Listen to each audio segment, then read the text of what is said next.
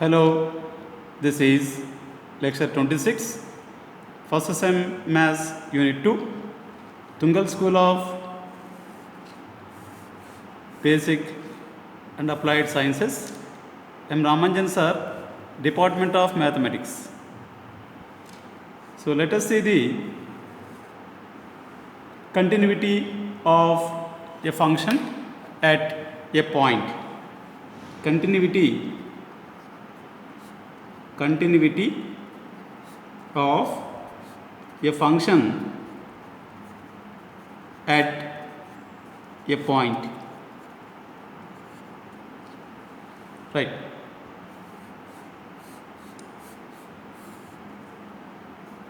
Suppose let f of x be a function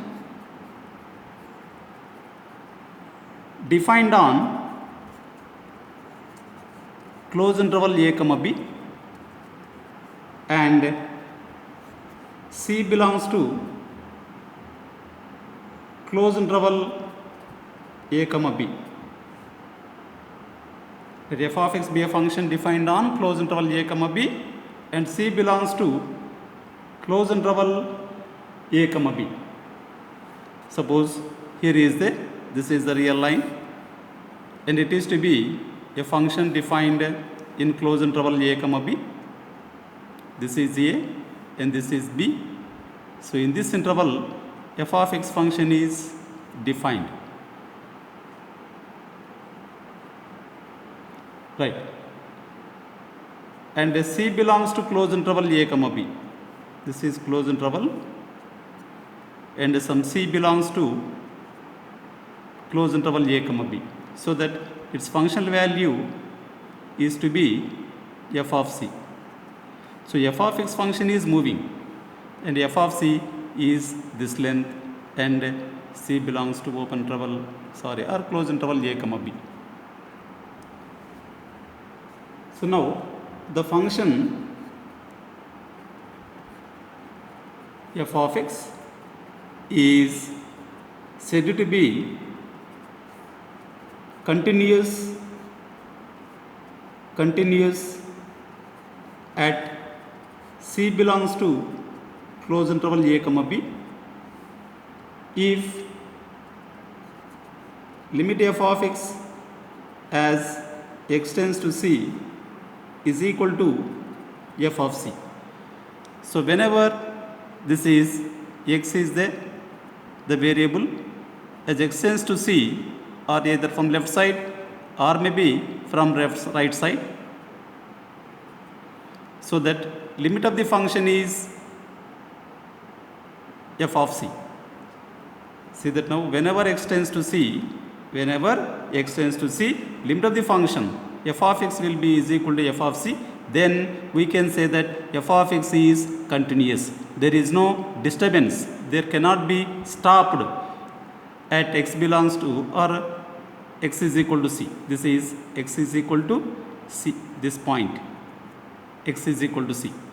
So whenever x is equal to c means x reaches to c almost, so that the limit of the function must be is equal to f of c. Then we can say that f of x is continuous at x is equal to c, at x is equal to c.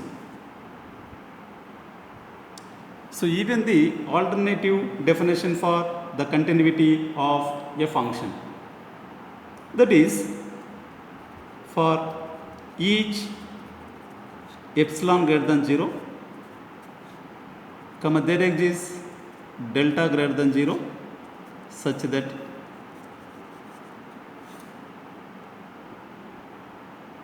mod f of x minus f of c is less than epsilon for mod x minus c is less than delta.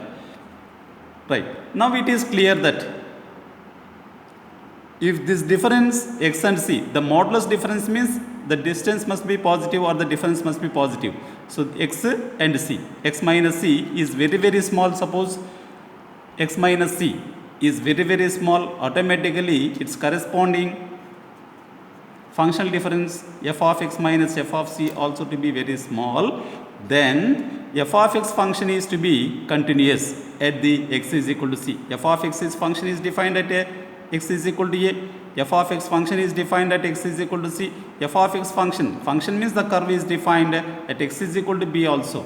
So now the question is whether the function is continuous at x is equal to c. At x is equal to c means this is x is equal to c. Suppose its function is to be continuous. How to define it is the limit value of the function whenever x tends to c is equal to f of c, then the function is continuous at x is equal to c. So here is one more point if we take, even the function is continuous or not at that point, at x is equal to b, this is x is equal to b, whether the function is continuous or not, at x is equal to a, this is x is equal to a, whether the function is continuous or not, like that. If modulus difference x minus c is less than delta, then its corresponding difference of the function mod f of x minus c f of x minus f of c also will be less than epsilon, then the function is continuous. So this modulus also can be defined as, this implies f of c minus epsilon, this is f of c minus epsilon is less than f of x is less than f of c plus epsilon. For here also c minus delta is less than x is less than c plus delta.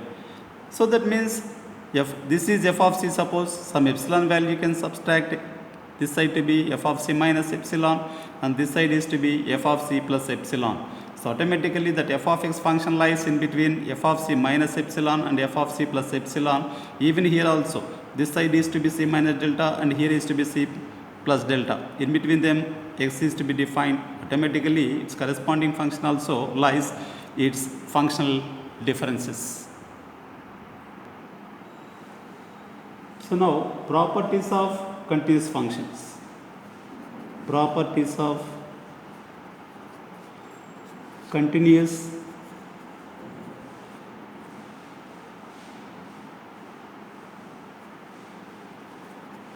functions. Properties of continuous functions. Right. The first one, it is has to be taking theorem 1. If a function f of x is continuous in closed interval a comma b, a function f of x is continuous in closed interval a comma b, if a function f of x is continuous in closed interval a comma b, then it is bounded. It is bounded in closed interval a comma b. So actually this theorem is asking many times. It is 2015, 2016, even 2018 also. So what it will be? If the function is continuous, automatically it is bounded in closed interval a comma b. Even here also, let us see that suppose this is the function is f of x is closed interval f of x function. This is the closed interval a comma b.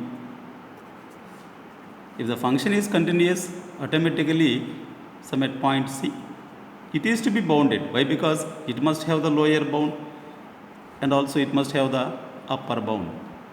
Whenever the function is continuous, whatever the interval, then it must have the lower bound and also it must have the upper bound. The lower bound is to be f of a and upper bound is to be f of b. So that function is bounded because the function is continuous. Right, now, how can we prove this? Let the function f of x is continuous. F of x is continuous in closed interval a comma b. Next, divide closed interval a comma b into a finite number of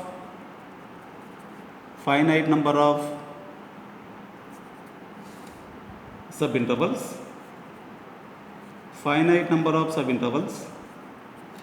as closed interval a is equal to x0 comma x1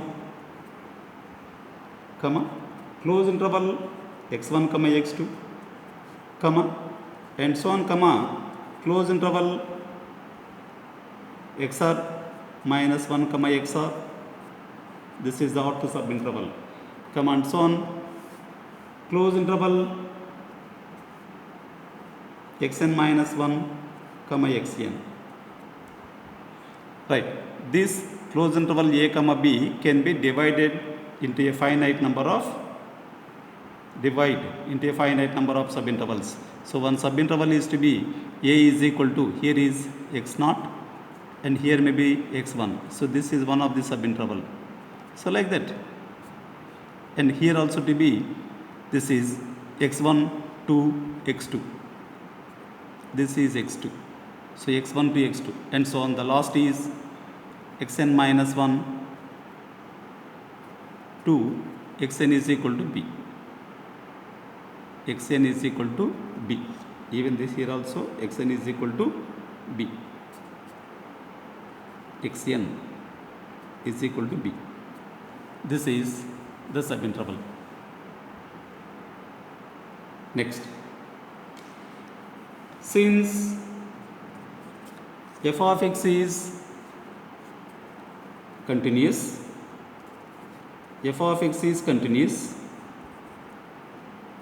in closed interval a comma b. Suppose f of x is continuous in the bigger interval closed interval a comma b, automatically f of x is continuous in each of the subintervals. In this subinterval f of x is continuous, in this subinterval f of x is continuous, automatically in closed interval xn minus 1 comma xn is equal to b, also to be f of x is continuous. That means it is moving. Continuous means it cannot be stopped because it was given the function is continuous in closed interval a comma b. So that since f of x is continuous in closed interval a comma b, then f of x is continuous in each of the subintervals. In every subinterval it is continuous. Let us suppose in the first subinterval it is continuous. What it will be? Let x is equal to x0 belongs to closed interval x0 comma x1. That x variable is to be here. As x variable is to be at c, that we defined f of x is continuous. Suppose that x is equal to x0 or x is equal to a, then what it will be? Then for each epsilon greater than 0, comma there exists delta greater than 0, such that, because alternate definition of continuity in this subinterval, such that mod f of x minus f of x naught is less than epsilon for mod x minus x naught is less than delta. In place of c, we are taking x naught because in this subinterval f of x is continuous. So that implies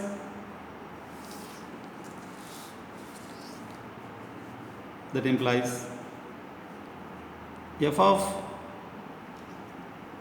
x naught minus epsilon is less than f of x is less than f of x naught plus epsilon for mod x minus x naught is less than delta. So that it was written in the definition also. Previously at c the continuous is there, f of c minus epsilon is less than f of x is less than f of c plus epsilon. In place of c, that we are taking the point x naught. Next again, suppose x variable is to be x is equal to x1 that belongs to closed interval x1 comma x2. Then what the behavior of the function? Then f of x is, then for each epsilon greater than 0 there exists delta greater than 0 such that, why? Because f of x is continuous in this subinterval also. So that alternative definition for the continuity of f of x such that mod f of x 1 minus, f of x minus f of x1 is less than epsilon for mod x minus x1 is less than delta.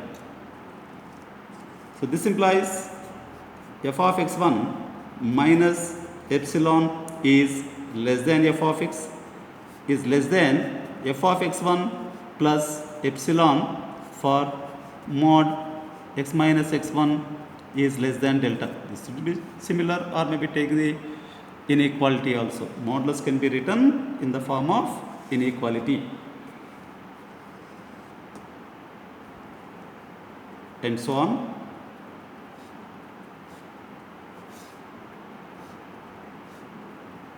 Let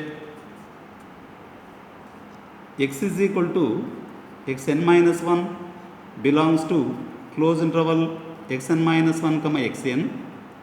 Then for each epsilon greater than 0 comma there exists delta greater than 0 such that mod f of x minus f of xn minus 1 is less than epsilon for mod x minus xn minus 1 is less than delta.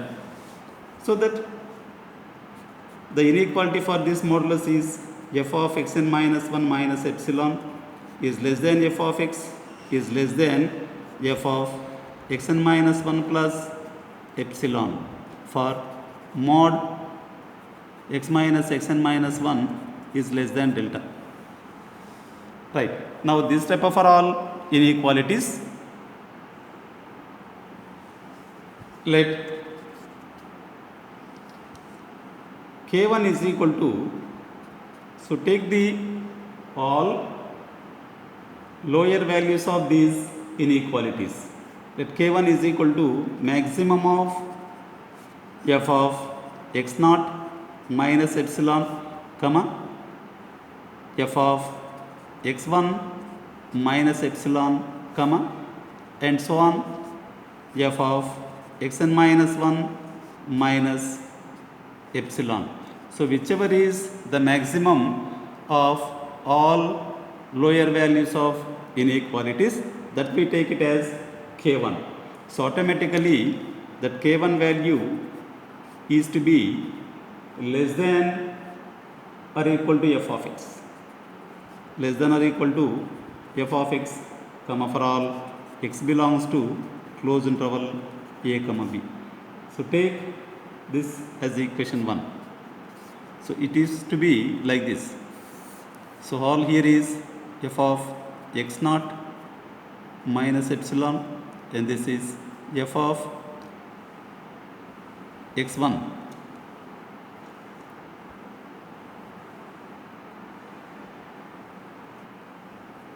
this is the function f of x, and here is f of xn minus 1 minus, of course here is xn minus 1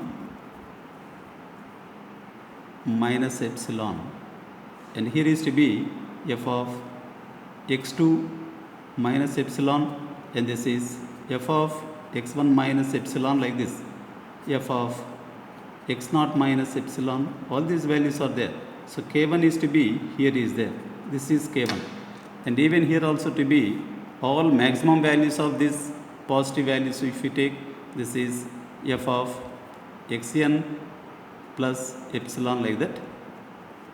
So it is not easy to right here, but taking that k1 value is to be the maximum of all lower values of inequalities. Automatically k1 is maximum of all lower values of f of x, means k1 is less than or equal to f of x, and k2 is equal to maximum of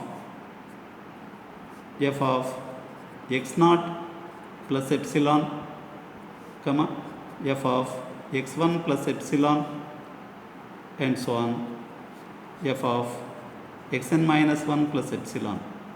This is k1. The right side is, this is k1 and this is k2. So f of x is automatically lies between k1 and k2. So that is, here is f of x is less than k2, comma, for all x belongs to closed interval a comma b. So take this as equation 2. From 1 comma 2, k1 is less than or equal to f of x is less than or equal to k2, comma, for all x belongs to closed interval a comma b. So that function has the lower bound is k1 and upper bound is k2. Automatically f of x is bounded